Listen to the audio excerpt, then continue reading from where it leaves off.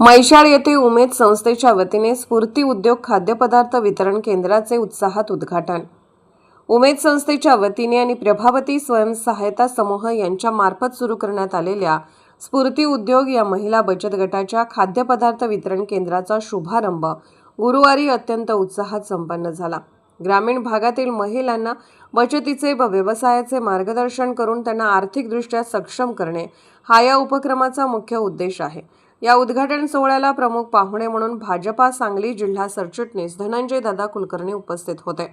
या प्रसंगी बोलताना त्यांनी शासकीय योजना सर्वसामान्य महिलांपर्यंत पोहोचवून महिला उद्योजक घडवणाऱ्या उमेद संस्थेच्या कार्याचे कौतुक केले।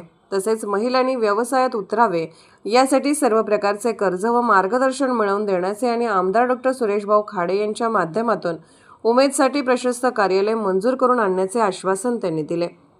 या कार्यक्रमाला उमेदचे प्रकल्प अधिकारी अजित गायकवाड, बँक ऑफ इंडियाचे क्षीरसागर साहेब, इंचगिरी संप्रदायाचे आदिनाथ महाराज, श्रीशैल्य कोटीवाले, मोहिनी कुलकर्णी, शिवतेज घोरपडे, राकेश कांबळे, सुभाष हिंगमिरे, कोषाध्यक्ष बानू शेख, बँक सखी अश्विनी अरुण, ग्रामसखी रुपाली सुतार यांच्यासह स्फूर्ती उद्योग समूहाचे संचालक श्री प्रमोद संगलगे व सरोजिनी संगलगे आणि बचत गटाचे सर्व पदाधिकारी व सदस्य मोठ्या संख्येने उपस्थित होते।